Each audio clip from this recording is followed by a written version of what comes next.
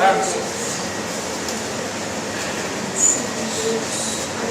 Grandioso Deus, aqui estamos, meu Senhor, para essa parte do culto que dedicamos a Ti, a parte, meu Deus, onde Tu vais falar conosco mais uma vez, onde o Senhor vai nos dar a Tua mensagem, aquilo que realmente precisamos ouvir.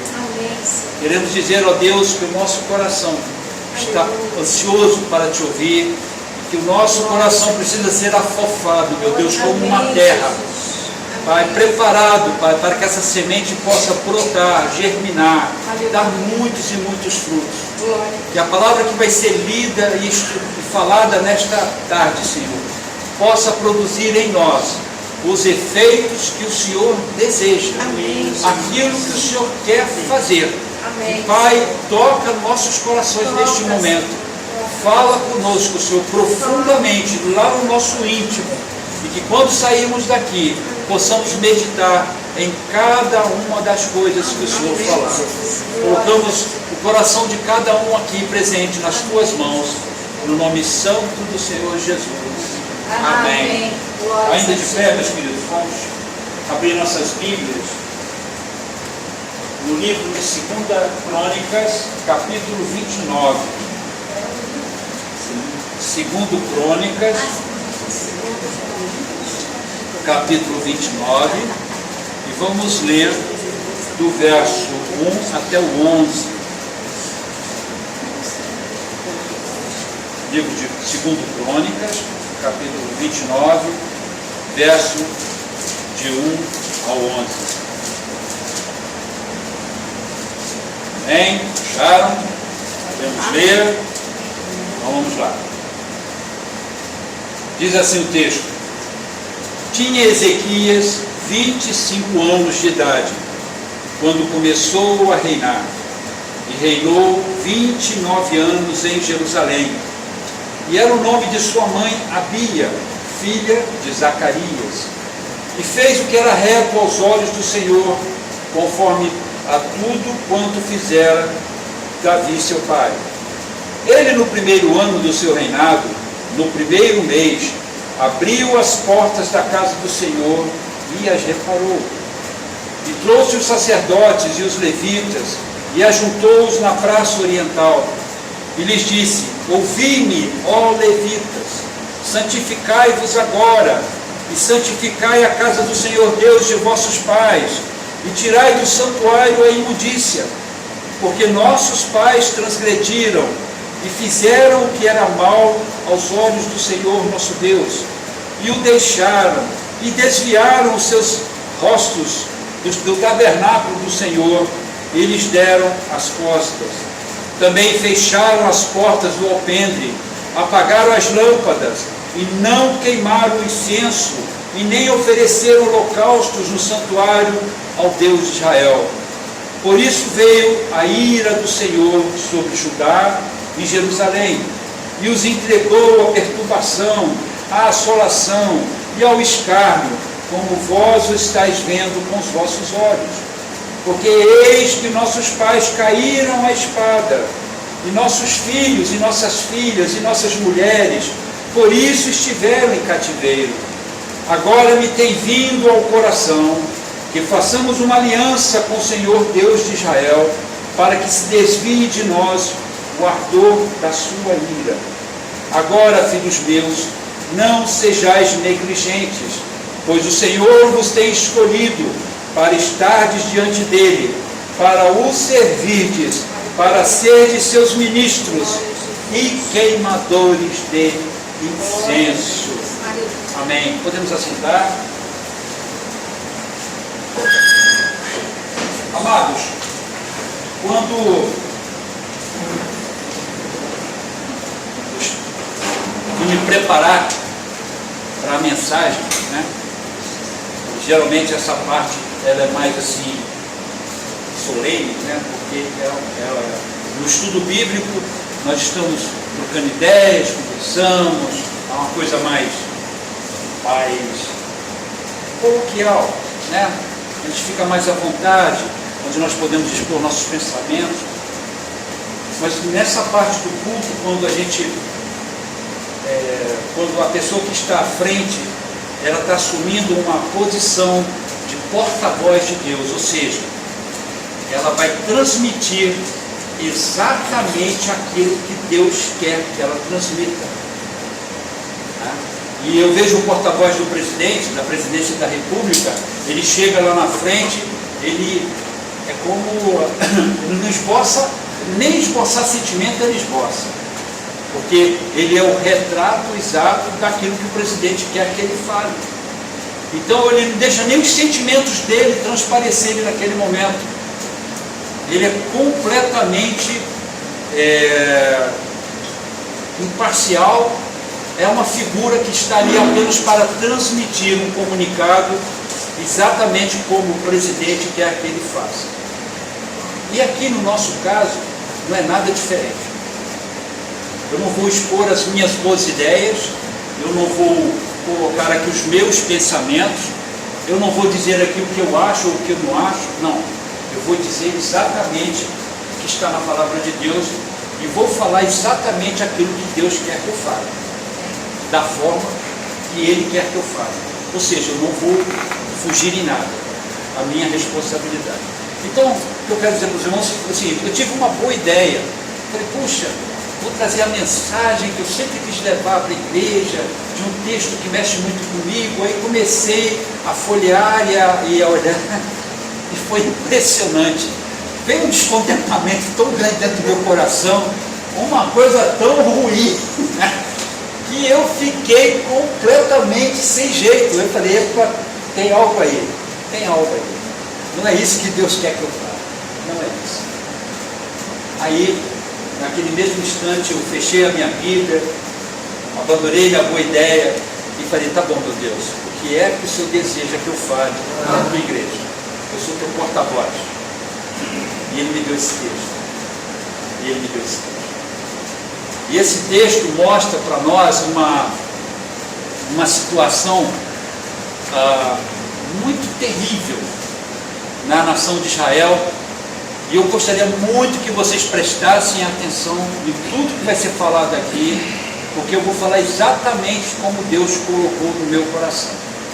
Para que a gente possa entender, tá, o que aconteceu com Ezequias, um jovem de 25 anos, novinho, garoto ainda, estava assumindo a direção de uma nação poderosa, não nesse tempo mais, porque tinha se desviado dos caminhos do Senhor, já estava sendo invadida e já tinha sido levado pessoas em cativeiro, enfim, não tinha mais aquela imponência da época do rei Davi, mas uma nação escolhida por Deus, né?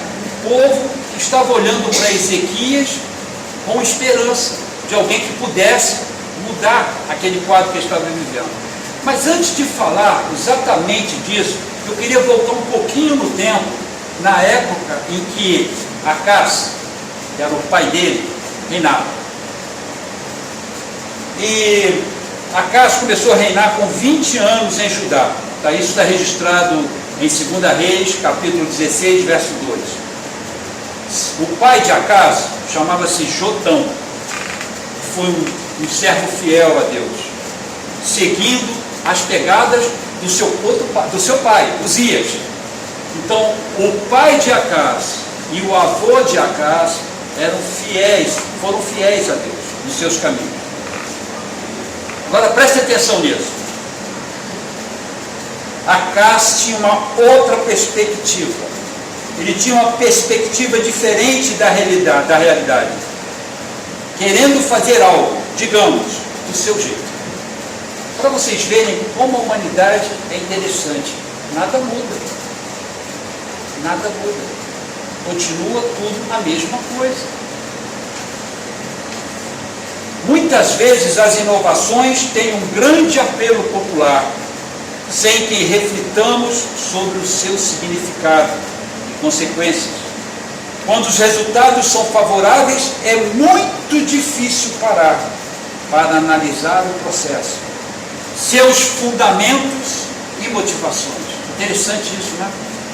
Isso é uma declaração que eu copiei, porque achei muito interessante isso. Tá? O nome disso é pragmatismo. Pragmatismo. E as pessoas acham que por determinada experiência ser exitosa, o êxito dela é a prova de que o que está sendo feito está correto. E nem sempre é assim. Acaso com a sua visão eminentemente pragmática, rompe com a linha de Davi, seu ancestral, o mais famoso, com o testemunho do seu avô Uzias e o exemplo do seu próprio pai Jotão. E aí o escritor de Reis diz o seguinte: não fez o que era reto perante o Senhor seu Deus, como Davi seu pai, segundo as Reis 16:2. E a sequência dessa infidelidade fica registrada assim: ele fez imagens fundidas a Balaíns, está em 2 Crônicas 28:2, queimou incenso no vale do filho de Inom, 2 Crônicas 28:3, queimou alguns dos seus próprios filhos como sacrifício a Deus pagão, 2 Reis 16:3, 2 Crônicas 28:3, sacrificou e queimou incenso nos altos, nos outeiros e debaixo de árvores frondosas, 2 Crônicas 28:4, e fechou a casa do Senhor, 2 Crônicas 28:24. Vira a sequência? Vira a sequência? O que ele fez foi o seguinte: eu vou fazer do meu jeito, porque o meu jeito é melhor. E como ele obteve êxito em alguns dos seus empreendimentos, ele continuou na sua jornada, continuou na sua metodologia de trabalho. Mas isso fez com que ele se afastasse cada vez mais dos caminhos do Senhor. E como lá em Salmos está escrito que um abismo chama outro abismo, tá? Ele foi se afundando cada vez mais, até culminar na maior das aberrações. Eu considero essa aberração maior até mesmo do que ter queimado os seus próprios filhos. Ele fechou a casa do Senhor. Em outras palavras, ele decretou o encerramento do culto na nação de Israel. Acabou o culto, ninguém mais cultua a Deus aqui. Para Acais servir a Deus não era suficiente. Ele precisava ter várias formas de adoração e também vários deuses. O seu objetivo era ser bem-sucedido. A verdade, ou pouco, ou nada lhe importava. Para isso ele estava disposto a seguir qualquer orientação, qualquer atalho. Preste atenção nisso, palavra atalho, que parecesse conduzi-lo ao sucesso. Quando diz que ele sacrificou seus filhos, o escritor acrescenta: segundo as abominações dos gentios que o Senhor lançara fora diante dos filhos de Israel. O escritor foi enfático aqui, quando ele queimou seus próprios filhos a um Deus pagão, em sacrifício a um Deus pagão. Ele fez aquilo que as nações da terra, as nações pagãs, tinham o costume de fazer. E o que Deus tinha mais pedido para não acontecer isso, Acais fez. No meio desse ambiente, com o culto encerrado, vem um jovem de 25 anos de idade, chamado Ezequias, filho dele, mas criado por uma mãe piedosa. Criado por uma mãe piedosa. A sua mente foi incutida com toda esta palavra. E tudo isso que ele recebeu da sua própria mãe, eu vou falar assim, bem pausadamente, porque é muito importante o que vai ser falado aqui nessa tarde. Eu peço aos irmãos que realmente prestem atenção nisso. E o que foi incutido na mente deste jovem foi todo o ensinamento da palavra de Deus. E o resultado foi, meus irmãos, que este jovem de 25 anos, o seu primeiro ato, assim que ele se sentou no trono, quando seu pai morreu, ele assumiu o trono, ele falou assim: vou voltar com o culto a Deus, vamos restabelecer este culto, vamos cultuar o Deus verdadeiro. E aí ele começou numa sequência de atos que mudaram toda aquela história que a nação estava vivendo naquele momento. Estava um verdadeiro caos, o culto não existia mais, os sacerdotes tinham se debandado, não tinha mais referencial religioso nenhum na nação. Mas esse jovem se levanta, tá? Levantado pelo próprio Deus, e decreta: o culto vai voltar. E vai voltar segundo a palavra de Deus, da forma como nos foi ensinado, obedecendo às tradições escritas. Não vamos querer novidade, não importa o que está sendo pregado hoje no mundo, não importa o que as nações ao nosso redor estão fazendo em termos de culto, não interessa as boas ideias, nós vamos voltar para o que está escrito, para as tradições, para aquilo que Deus nos ensinou e nos ordenou a fazer. Foi isso que moveu o coração desse jovem de 25 anos.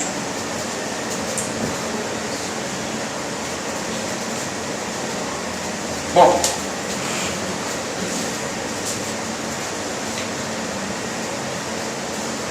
aconteceram que as portas da casa do Senhor estavam fechadas e danificadas.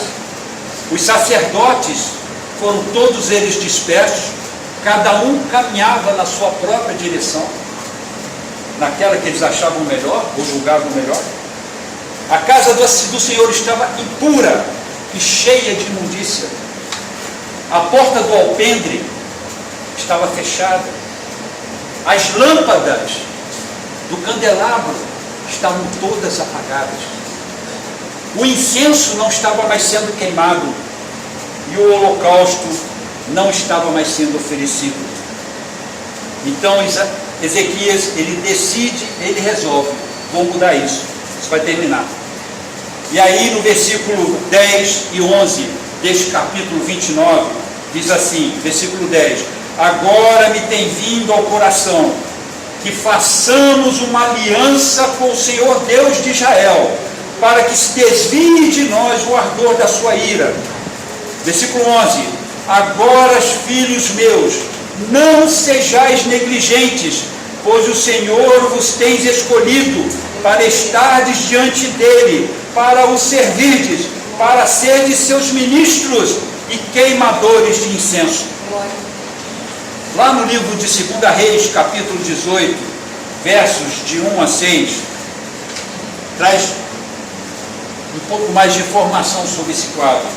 E sucedeu que no terceiro ano de Oséias, filho de Elá, rei de Israel, começou a reinar Ezequias, filho de Acás, rei de Judá.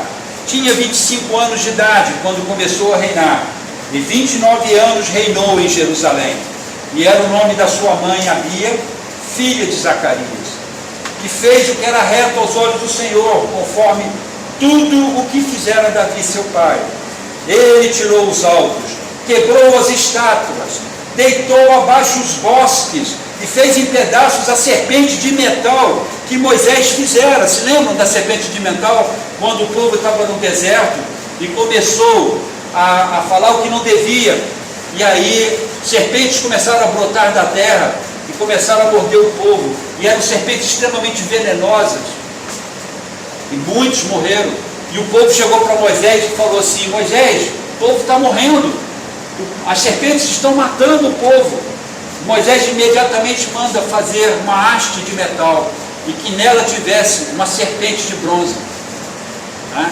E que essa haste fosse levantada no meio do povo, e quem olhasse para ela seria curado. Se lembra dessa passagem? Gente, isso é lindo demais. Está mostrando Jesus. Está mostrando Jesus sendo levantado. Pois bem, o povo tinha ainda essa haste e essa serpente guardada com eles. E eles estavam fazendo um culto a ela. Estavam fazendo um culto a ela. Então Ezequias foi e acabou com isso. Destruiu tudo. No Senhor Deus de Israel confiou, de maneira que depois dele, presta atenção nisso, não houve quem lhe fosse semelhante entre todos os reis de Judá, nem entre os que foram antes dele. Ele foi único, porque se chegou ao Senhor, não se apartou dele e guardou os mandamentos que o Senhor tinha dado a Moisés. Esse camarada, ele simplesmente revolucionou, tá, toda aquela geração. Ele mudou a história da nação toda, porque ele se decidiu, ele tomou uma decisão: vamos cultuar a Deus, vamos fazer aquilo que a palavra nos ordena, aquilo que nos foi ensinado. O contraste entre essas duas atitudes nos traz uma grande reflexão para nós hoje. Por um lado, nós temos o pai deste rapaz, que agia com o seu pragmatismo, tendo as suas boas ideias, usando a sua teologia própria, né? Hoje nós temos tantas, né? Temos a teologia da prosperidade, temos a teologia do coaching, né? Que é a nova agora, que entrou em substituição à teologia da prosperidade, e temos tantas outras teologias. E se nós formos analisarmos bem tudo que está acontecendo ao nosso derredor, nós vemos muito boas ideias e pouca palavra de Deus, pouco ensino da palavra. Então aqui tem um contraste que nós temos que aprender. Nós temos um pai, o pai deste jovem, que agia com boas ideias, com princípios próprios. E do outro lado temos o seu filho, que agiu segundo a própria palavra. Ele resolveu, ele decidiu, ou seja, ele se posicionou quando não havia absolutamente mais nada. Estava tudo no chão. A porta da casa do Senhor, que era a referência, estava fechada. E pior, estava danificada. Não podia nem ser aberta. Então não havia nenhum tipo de referencial naquele momento. Mas ele mesmo assim, ele foi de contra, ele bateu de frente com toda e qualquer oposição, e podem ter certeza que surgiu. Não pense que foi, eu sou rei, acabou, eu falo, está pronto. Não foi muito bem assim. Houve oposição sim. Ele teve as outras nações da terra todas olhando para ele também, porque ele tomou ânimo no Senhor e resolveu e decidiu fazer aquilo que Deus queria. Ele decidiu se empenhar em preservar as tradições, a ser uma oposição implacável dentro de um sistema religioso vazio e fracassado, e considerou acima de tudo a vontade de Deus e a sua lei. Lá em 2 Tessalonicenses capítulo 3, verso 6, diz assim: mandamos-vos, presta atenção, mandamos-vos, é uma ordem, não é opcional.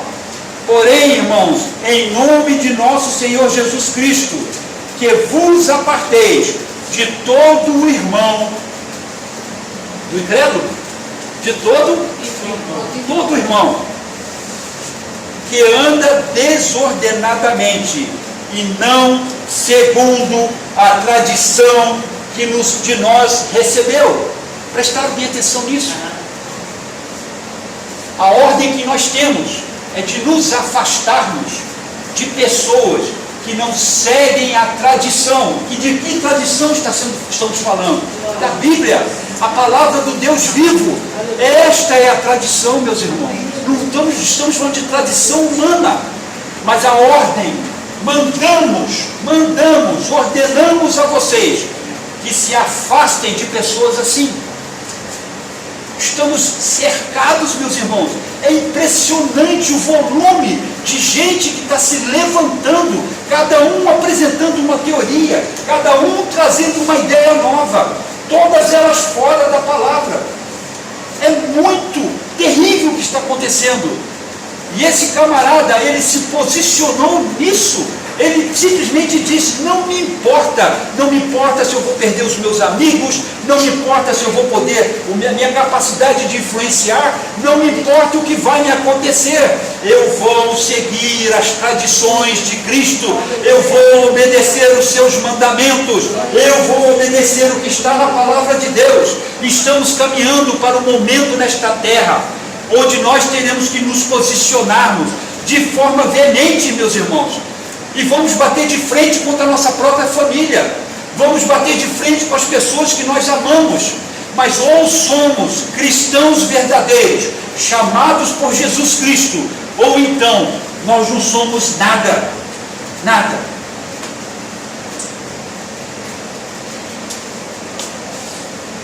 Então o que foi que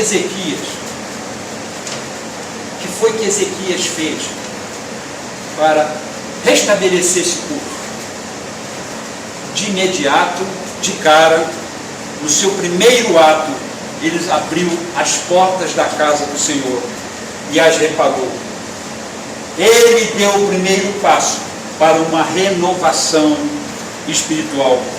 Lá em 1 Coríntios, capítulo 6, nos versos 19 e 20, diz assim: ou não sabeis que o vosso corpo é o templo do Espírito Santo que habita em vós, proveniente de Deus, que não sois de vós mesmos?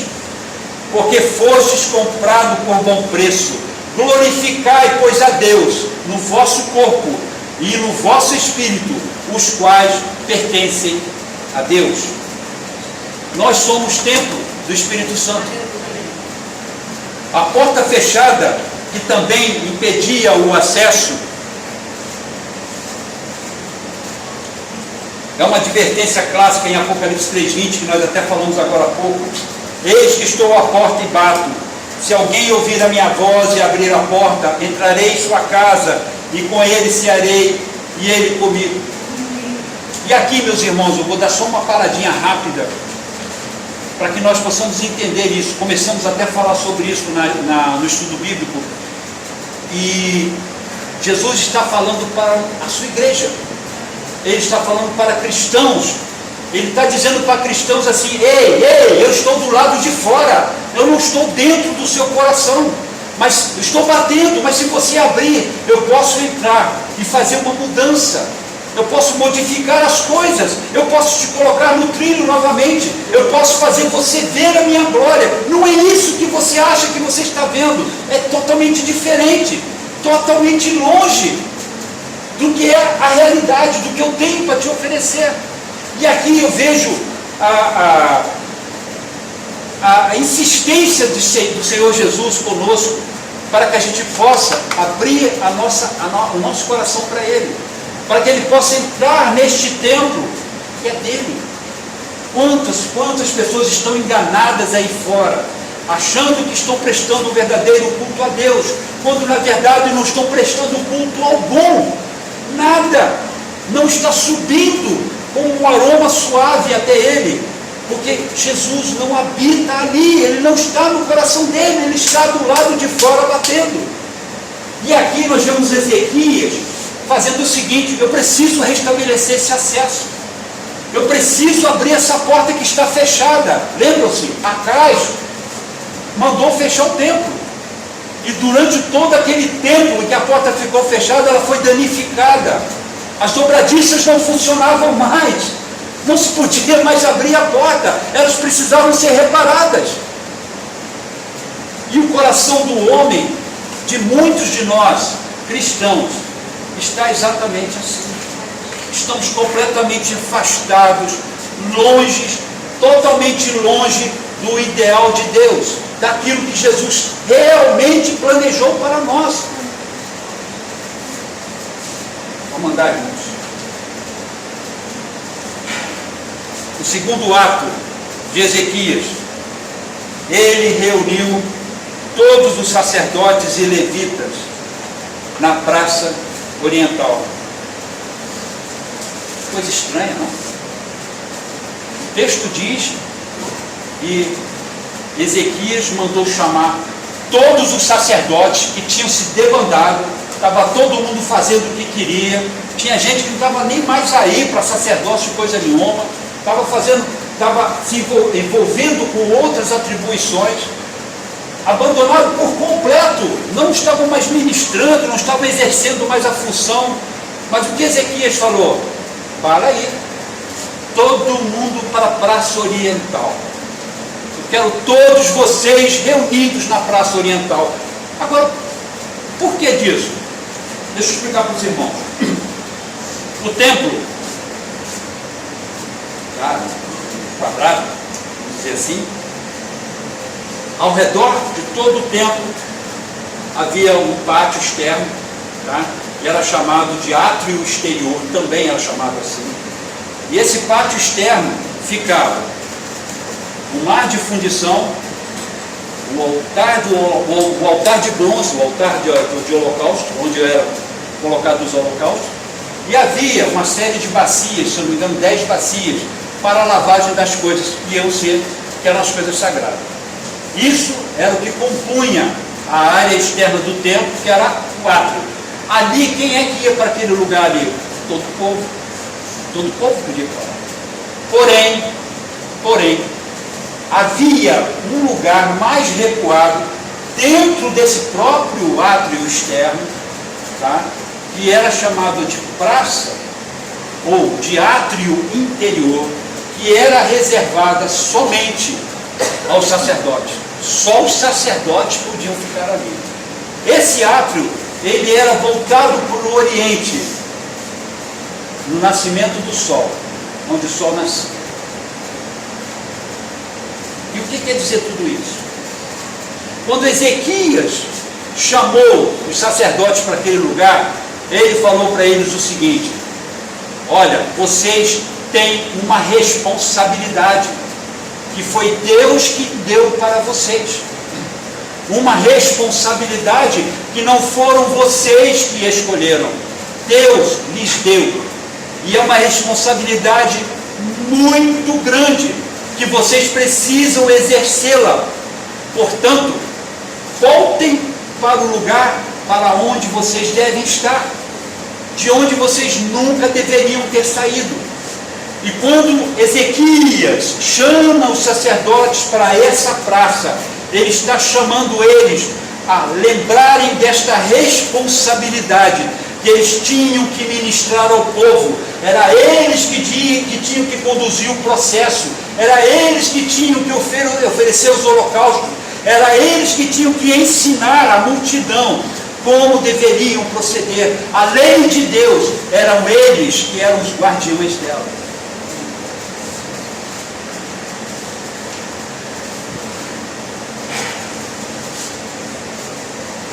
O pátio dos sacerdotes fala da responsabilidade ministerial. Mas eu falei uma coisa aqui. Eu disse para vocês que esse pátio era voltado para o oriente, aonde o sol nascia. Quem é o nosso sol da justiça, irmãos? Aleluia! Olha o que está escrito. Quem é o nosso sol da justiça? Malaquias 4:2 diz assim: mas para vós, os que temeis o meu nome, nascerá o sol da justiça e cura, trará nas suas asas, e saireis e saltareis como os bezerros da estrebaria. Em Hebreus capítulo 12, verso 2, olhando para Jesus, o autor e consumador da fé, o qual pelo gozo que lhe estava proposto, suportou a cruz, desprezando a afronta, e assentou-se à destra do trono de Deus. Ezequias aqui, meus amados, tipifica o próprio Espírito Santo, porque ele pega o líder, o sacerdote, e agora eu falo para todos os pastores que estão me ouvindo agora, para todos os líderes, não somente da nossa igreja, mas para todos aqueles que esta mensagem alcançar. O que vocês têm não é algo de vocês, foi Deus que lhes deu. Vocês não têm direito de abandonar a missão que Deus lhes deu. Vocês não têm o direito de desistir da jornada. Nós não temos direito de simplesmente nos afastarmos desta responsabilidade. Foi Deus que nos entregou, foi Deus que colocou em nossas mãos. Portanto, meus irmãos, amados líderes, amados pastores, entendamos que o pátio está apontado para o lado oriental, para que nós entendamos que a mensagem e que tudo que vem para este povo vem de Jesus, que é o Senhor da igreja, Ele que é o sol da justiça. A mensagem é dele, e nós somos incumbidos da responsabilidade de trazer a este povo a mensagem que Ele quer. Nós, nas nossas mãos, está a responsabilidade de ensinarmos os caminhos do Senhor a toda esta multidão. Portanto, meus irmãos, não importa qual o número da sua membresia, não me importa se são 2, se são 3 ou se são 1000, o fato é, você não pode tirar a mão disso. Este arado Deus te colocou nele e você tem que se importar com isto. Esta é uma missão que Deus deu para você e para mim e para todos aqueles que estão imbuídos, instruídos por Deus a seguir nela. Portanto, não temos o direito de abandonarmos este barco. Não podemos sair dele. Não tem volta, irmãos. Não existe mais volta.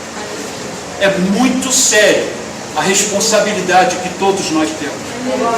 Ela é alta demais. Ela transcende o nosso entendimento. E talvez por isso, irmãos, nós não demos tanta importância a ela. Porque ela transcende a nossa inteligência. Não somos capazes de absorver o quão necessário, o quão importante ela é. Amados, o salmista diz assim: pois um dia nos teus átrios vale mais que 1000. Prefiro estar à porta da casa do meu Deus a permanecer nas tendas da perversidade. Salmos 84, 10. Esse é o ponto, irmãos.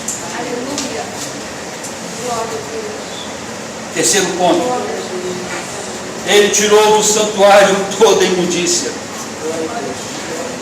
No mesmo texto de 2 Crônicas 29, capítulo 16 e 19, diz assim: e os sacerdotes entraram na casa do Senhor para a purificar, e tiraram para fora, ao pátio da casa do Senhor, toda a imundícia que acharam no templo do Senhor, e os levitas a tomaram para levarem para fora ao ribeiro de Cedron. Também todos os objetos que o rei Acaz, no seu reinado, lançou fora na sua transgressão, já preparamos e santificamos, e eis que estão diante do altar do Senhor. Acaz, além de destruir todos os utensílios do templo, ele simplesmente destruiu todos os utensílios sagrados. Ele transformou o templo em um verdadeiro depósito. Vocês acreditam nisso? Ele pegou o templo e usou o templo para guardar as tralhas dele. Toda a tralha, todo o lixo, tudo aquilo que ele tinha acumulado, ele jogou dentro do templo. Virou um depósito, um grande depósito. E aí, meus irmãos, qual é a diferença? Se nós somos templos do Espírito Santo, como acabamos de ler agora, onde está a nossa responsabilidade, amados? Em dias tão difíceis, tenebrosos, em dias que nós precisamos nos posicionar, realmente assumirmos a nossa posição de cristãos verdadeiros nesta terra, de embaixadores, para fazermos a diferença aqui. Muitos de nós, e amados, essa mensagem é para mim, por favor, porque o Deus que está falando com vocês, falou comigo e está falando agora. Estamos transformando este templo em depósito. Estamos colocando dentro dele todo o lixo que encontramos. E isso é sério, meus irmãos. Temos uma responsabilidade em nossas mãos. Precisamos mudar esse quadro. Precisamos tirar para fora como os levitas fizeram.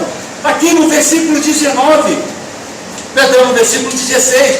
E os sacerdotes entraram na casa do Senhor para purificar, e tiraram para fora, ao pátio da casa do Senhor, toda a imundícia, todo o lixo, toda a tralha que estava guardada ali dentro. Os sacerdotes entraram ali e puxaram isso e jogaram para fora. E nós temos que fazer a mesma coisa. É muito mais, irmãos, vai além, muito além de seguirmos preceitos, de seguirmos regras, de recebermos uma lista do que devemos fazer. Nós temos uma responsabilidade, não são somente os pastores, mas nós, servos do Deus Altíssimo, que também somos reis e sacerdotes também. Olha o que a palavra diz. E por isso mesmo a nossa responsabilidade é tão grande quanto a deles. Temos que retirar todo esse lixo que está dentro de nós. E aí, por isso que eu falei, é uma mensagem de reflexão, para que cada um de nós, ao sair daqui, na sua casa, comece a conversar com Deus e a pedir para Ele: Senhor, me ajuda. Porque não é um processo fácil, não. Senhor, me ajuda. Eu quero botar para fora todo o lixo que existe. Continuando, irmão. Oh, glória a Deus, aleluia. Glória a Jesus. Glória a Jesus. Só para complementar este item, Hebreus capítulo 12, verso 14. Segui a paz com todos e a santificação, sem a qual ninguém verá o Senhor. Bom, item 4. Mandou abrir as portas do alpendre. Um ato de um rei. Mandar abrir a porta do alpendre. Um rei. Mandar fazer isso. Oh, queridos. O alpendre, irmãos. O alpendre. Ele fica entre dois ambientes. O alpendre, quando você passa por ele, ele faz a sua transição de o lugar onde você estava para um outro lugar. Geralmente esse outro lugar ele é mais nobre. Geralmente este outro lugar ele é mais forte. Ele nos impacta. E o alpendre, qual é a finalidade dele? É que nós possamos fazer essa transição de uma forma suave. Suave. Nesse deslocamento de eu sair deste ambiente aqui, onde eu estou, até o outro ambiente, que possivelmente será um ambiente muito melhor, mais imponente, mais impactante, eu tenho um alpendre que me permite, na minha caminhada, na minha jornada, me preparar para entrar nele. Essa é a finalidade do alpendre. E isso que eu estou falando para vocês é pura dinâmica arquitetônica. Vocês vão olhar isso em livros de arquitetura. Não estou trazendo nenhuma revelação do céu aqui, mas apenas eu quero associar isso, irmãos, tá? Ao entendimento desse texto. Quando ele mandou abrir a porta do alpendre, é porque o acesso a esse lugar santo, ao acesso ao lugar antes do lugar santíssimo, ele não existia, não podia ter esse acesso, porque a porta estava fechada. Quando Jesus veio a este mundo, ele fez a nossa transição da lei para a graça, e ele a fez de forma suave, sem desmoralizá-la, sem danificá-la, mostrando para o mundo o que ele mesmo disse. Olha o que ele mesmo disse aqui em Mateus capítulo 5, verso 17. Ele diz: não cuideis que vim destruir a lei ou os profetas, não vim a me rogar, mas cumprir. Jesus, ele fez a transição da lei para a graça, nos mostrando que tudo agora estava na pessoa dele, que tudo agora estava restrito a ele. Não dependíamos mais do que a lei dizia sobre nós, ou o que deveríamos fazer. Agora nós temos tudo nele, estamos fechados nele, estamos em Cristo agora. E essa transição foi feita de forma suave. Não foi de uma forma danosa, não foi difícil para que nós não entendamos, não compreendamos que a lei foi necessária assim, para que Jesus estivesse entre nós, mas assim que ele morreu e o sacrifício foi consumado na cruz do Calvário, ela, a lei, deixou de ser a principal, deixou de ser a coisa importante, e a graça no nosso Senhor Jesus é que impera agora. Então, meus irmãos, essa transição, a forma como chegamos a esse entendimento, é feito de forma suave, tranquila, porque o próprio Jesus providenciou isso para nós. Por isso, amado, é desconcertante quando vemos pessoas aí fora do nosso meio dizendo que precisamos fazer sim alguma coisa, que nós precisamos melhorar o nosso eu, que nós temos em nós mesmos os recursos necessários para podermos alcançar a glória de Deus. Quando isso tudo é mentira, não é assim que funciona.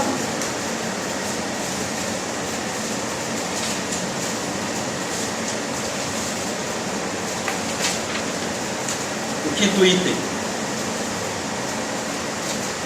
Antes de falar do quinto item, é importante eu falar desse texto aqui, em Zacarias 4,7, que diz: quem és tu, ó grande monte, diante de Zorobabel, tornar-te-ás uma campina, porque ele trará a pedra angular com aclamações, graça a ela. Quinto item, ele mandou acender as lâmpadas. Lembre-se, as lâmpadas do candelabro estavam todas apagadas. O candelabro significa o Espírito Santo conosco, a luz de Deus, um estilo de vida que deve fazer parte da vida de todo cristão. Somos exortados a não extinguir o Espírito Santo de Deus. 1 Tessalonicenses 5,19: não extingais o Espírito. As pessoas que não entendem e não têm a compreensão bíblica do que Deus está querendo mostrar a elas estão extinguindo o Espírito Santo dentro delas, porque estão fazendo algo abominável a Deus, estão fazendo algo que o culto a Deus não é este, não permite. Cultuam a Deus, levantam suas mãos, pulam, tocam seus instrumentos, até a fumaça sai do chão, tudo acontece. As luzes brilham nos seus rostos, os stroboslights funcionando, toda aquela pirotecnia fantástica, tudo que a tecnologia hoje pode fornecer, de última geração, mas são os últimos na adoração. São os últimos na adoração. Essa adoração não está subindo, esse culto não está indo para Deus, ele não está recebendo isso, porque não é assim a forma bíblica de cultuar a Ele. Por isso que o título dessa mensagem é o culto que Deus espera. É o culto que Deus espera, é o culto que Ezequias implantou em Judá. Quando tudo estava o caos, tudo estava destruído, Ezequias levantou toda uma nação dentro dos princípios bíblicos, nas tradições da palavra, e implantou o culto verdadeiro ao Senhor, tomando essas medidas. Pirotecnia, fumaça saindo do chão, púlpitos retirados e palcos construídos, pessoas de fora, gente com entendimento em neurociência, neurolinguística, PhDs em vários tipos de ciência, são levadas para os nossos púlpitos para ensinarem uma mensagem medíocre, que não é bíblica, ensinando que nós temos recursos próprios para poder suprir as nossas necessidades, falando que Deus não precisa estar em todos os momentos da nossa vida. Deus não importa, Deus ele não precisa participar de todos os nossos momentos, totalmente contrário ao que a palavra diz. Como é que era Deus no livro de Gênesis com Adão? A Bíblia diz que na viração do dia, Deus ia se encontrar com Adão, para conversar sobre o que, irmãos? Conversar sobre o quê? Sobre o cosmos? Sobre o funcionamento interplanetário? Não, amados. Para saber o que Adão fez naquele dia. Quais foram as suas descobertas na agricultura? O que ele descobriu? O que ele plantou naquele dia? Como é que foi em relação aos animais? Porque a Bíblia diz que quem colocou o nome dos animais foi ele. E Deus atendeu a todos os nomes que Deus colocou nos animais. A Bíblia diz que estes foram os nomes que ficaram. Era um papo coloquial, amigo, próximo, de coisas que interessavam a Adão também, mas que também interessavam a Deus. Deus gostava de ouvir. Como vamos falar que Deus não participa de tudo na nossa vida? É claro que Ele participa. Ele vibra conosco, Ele vibra com cada área nossa, com cada vitória que nós temos, porque Ele participou dela junto conosco. É assim que é a vida cristã.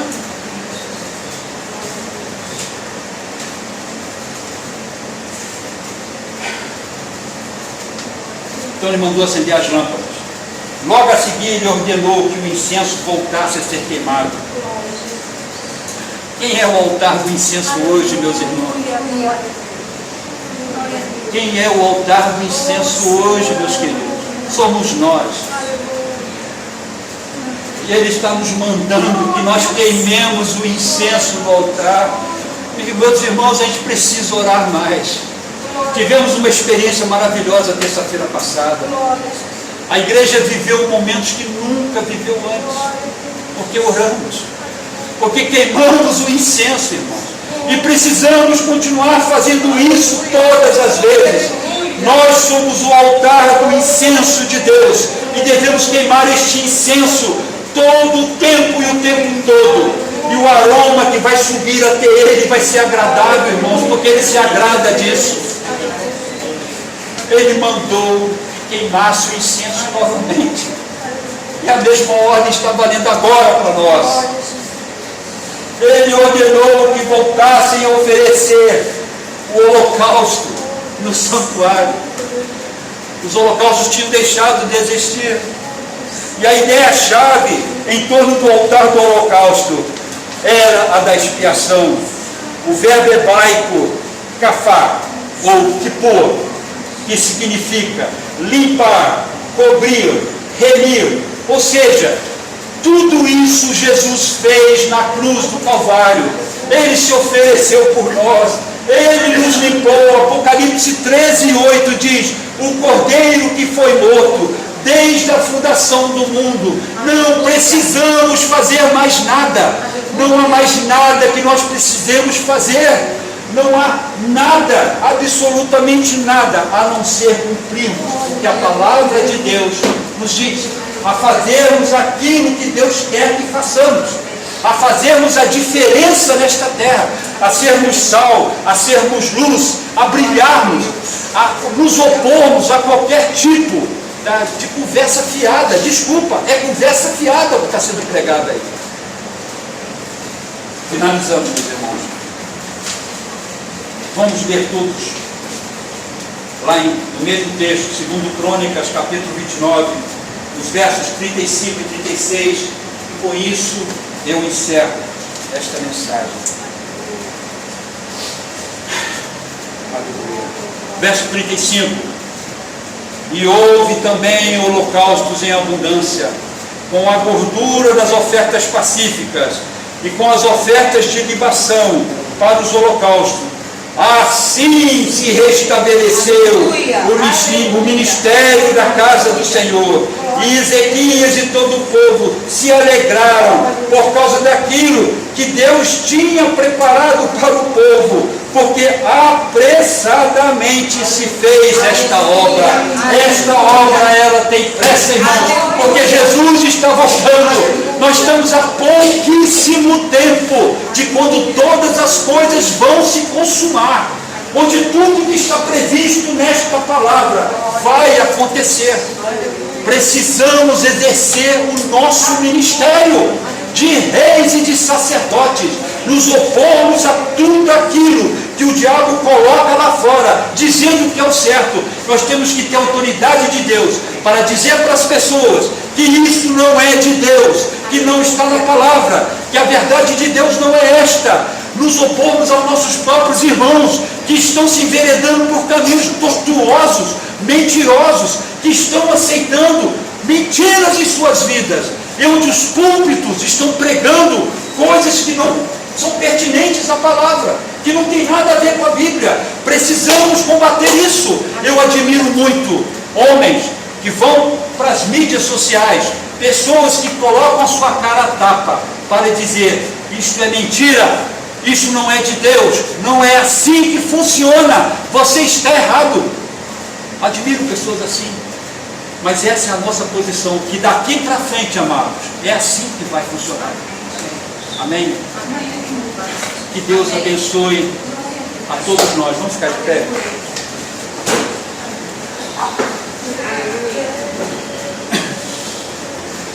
Deus querido, Pai amado, nós te agradecemos, Senhor, por esta palavra.